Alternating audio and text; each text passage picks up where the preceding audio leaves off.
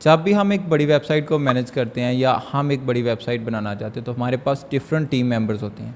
Basically हम उन तमाम टीम मेंबर्स को डिफरेंट रोल असाइन करते हैं। लाइक आपके पास कुछ एडमिनिस्ट्रेटर होंगे जो पूरी वेबसाइट को मैनेज करते हैं। इसके बाद में एडिटर्स होते हैं, ऑथर्स होते हैं, कंट्रीब्यूटर होते हैं और सब्सक्राइबर होते हैं। आज हम देखेंगे वर्डप्रेस के अंदर इन तमाम को कैसे मैनेज कर सकते हैं, वो भी बहुत आसान तरीके से। इसकी मिसाल हम यूँ ले सकते हैं कि आपके पास कोई राइटर है आपकी वेबसाइट में जो आर्टिकल राइट करता है, जो आपकी वेबसाइट के लिए कंटेंट लिखता है। सो आप उसे पूरी वेबसाइट की एक्सेस तो नहीं ना दे सकते।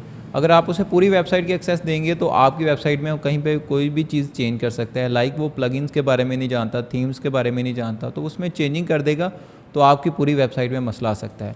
सो आपको इस बात को थोड़ा सा समझना ज़रूरी है, इस टेबल को थोड़ा सा समझना ज़रूरी है। इस वीडियो को देखने के बाद आप ये समझ जाएंगे कि आपने अपने राइटर को क्या एक्सेस देनी है, अपने एडिटर्स को क्या एक्सेस देनी है जो भी मॉडरेटर होगा, इसके अलावा आपने एडमिनिस्ट्रेटर को क्या एक्सेस देनी है। आप अपनी स्क्रीन पर ये एक टेबल देख रहे होंगे जो मैंने खुद डिज़ाइन किया है आपको समझाने के लिए। साथ साथ हम प्रैक्टिकल भी देखेंगे कि कैसे हम अपनी वर्डप्रेस वेबसाइट के अंदर यूज़र रूल्स और परमिशन को मैनेज कर सकते हैं, कंट्रोल कर सकते हैं। सो चलिए देखते हैं। आपने अपनी वेबसाइट में लॉगिन होने के बाद में अपीयरेंस के बाद यहाँ पर प्लगइन्स के बाद में देखेंगे यहाँ पे नीचे यूज़र का ऑप्शन मौजूद होगा। ठीक है, आपने यूज़र पे जाना है, यहाँ पे ऑल यूज़र पे क्लिक करने हैं। यहाँ पर जितने भी हमने एडिटर्स, ऑथर्स कुछ भी ऐड किए होंगे वो तमाम यहाँ पे आपको मिल जाएंगे। लाइक यहाँ पे पहला पर्सन देख लें, यहाँ पे एडमिनिस्ट्रेटर है, तो ये जो लॉगिन है यहाँ पे अभी आप देख सकते हैं, ये जो लॉगिन है ये बेसिकली एडमिनिस्ट्रेटर है। और एडमिनिस्ट्रेटर के पास आप देख सकते हैं तमाम एक्सेस मौजूद है, किसी को यहाँ से डिलीट भी कर सकता है, एडिटर्स को कुछ भी। अगर हम टेबल को थोड़ा सा फॉलो करते हैं, यहाँ पे देखें एड रूल्स में देखें ये एडमिनिस्ट्रेटर है, एडमिनिस्ट्रेटर के पास एवरीथिंग मतलब हर चीज़ की परमिशन होती है। लाइक वो किसी को डिलीट भी कर सकता है और किसी को ऐड भी कर सकता है। यहाँ पे देखें तो मैं किसी को ऐड भी कर सकता हूँ, ऐड न्यू पे जाऊँगा तो मैं किसी को ऐड भी कर पाऊँगा। इसी तरीके से जब हम यहाँ पे किसी को अब चेक करना चाहते हैं, लाइक यहाँ पे हमने एडिटर्स का रोल दिया हुआ है, अभी हम चेक करेंगे एडिटर के पास क्या एक्सेस होगी। सो अभी मैं ओपन करता हूँ, यहाँ पे ये देखें, यहाँ पे अभी आपको दिखा भी देते हैं, ये देखें डिजिटल पाकपतन के नाम से यहाँ पे ये ऐड है। तो यहाँ पे अगर देखें तो इनके पास क्या क्या चीज़ों की एक्सेस है। अगर हम इनकी प्रोफाइल पे लेके जाते हैं तो यहाँ पे आप देख सकते हैं कुछ भी यहाँ पे प्रोफाइल ये मैनेज कर सकते हैं। इसके अलावा यहाँ पे पोस्ट, यहाँ पे तमाम जितनी भी पोस्टें होंगी उनको चेक कर सकते हैं, किसी पोस्ट को डिलीट कर सकते हैं। लाइक ये देखें ऑथर्स, ये किसी और ऑथर्स ने की हुई है, तो यहाँ पे देखें ये पोस्ट को ये डिलीट भी कर सकते हैं, उनको इनमें कुछ चेंजिंग करना चाहते हैं वो भी कर सकते हैं। सो हम टेबल को भी थोड़ा सा समझते हैं। वापस हम अपने टेबल्स पे आते हैं। अगर हम टेबल पे देखें तो एडिटर के पास यहाँ पे complete control over the content section, मतलब वो कोई भी पोस्ट को डिलीट भी कर सकता है, ऐड भी कर सकता है। इसके अलावा मतलब जितना भी कंटेंट्स का जो सेक्शन होगा उस पर वो कंप्लीट कंट्रोल होता है उसका। ठीक है, इसके अलावा वो साइट सेटिंग नहीं कर सकता। यहाँ पे अभी आपको जाके दिखाता हूँ, यहाँ पे देखें ये साइट सेटिंग यहाँ पे मौजूद नहीं है। और अगर आपको एडमिनिस्ट्रेटर की सेटिंग्स में दिखाता हूँ, यहाँ पे आ जाएँ तो यहाँ पे तमाम सेटिंग्स वगैरह हर चीज़ मौजूद है। सो आप यहाँ पे देख सकते हैं कि उनके पास जो है एडिटर्स के पास कोई सेटिंग्स वगैरह का ऑप्शन मौजूद नहीं है। इसी तरीके से हम पूरे टेबल को अभी समझते हैं। लाइक वापस हम अपने टेबल पे आते हैं। यहाँ पे देखें एडिटर्स के पास साइट सेटिंग्स नहीं होती, किसी प्लगइन को वो इंस्टॉल नहीं कर सकता, थीम्स को इंस्टॉल नहीं कर सकता या किसी न्यू यूज़र को ऐड नहीं कर सकता। ठीक है, जैसे हम उसमें हमने देखा कि वो किसी न्यू यूज़र को ऐड कर सकते हैं। यहाँ पर भी हम जाते हैं, यहाँ पे देखें यूज़र का यहाँ पे ऑप्शन ही मौजूद नहीं है, तो हम किसी को कैसे ऐड कर सकते हैं।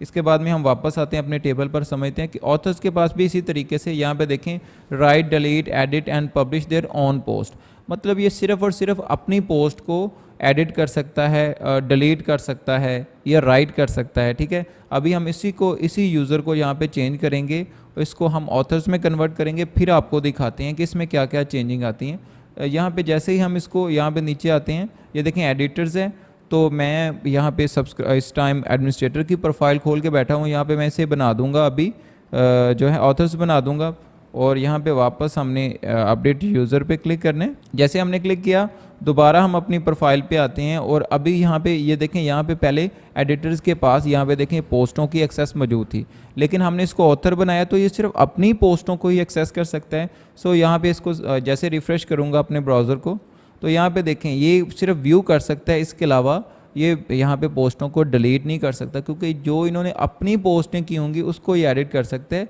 लेकिन यहाँ पे ये जस्ट व्यू कर सकता है, लेकिन ये डिलीट नहीं कर सकता। इसी तरीके से हम पूरे टेबल को दोबारा समझते हैं।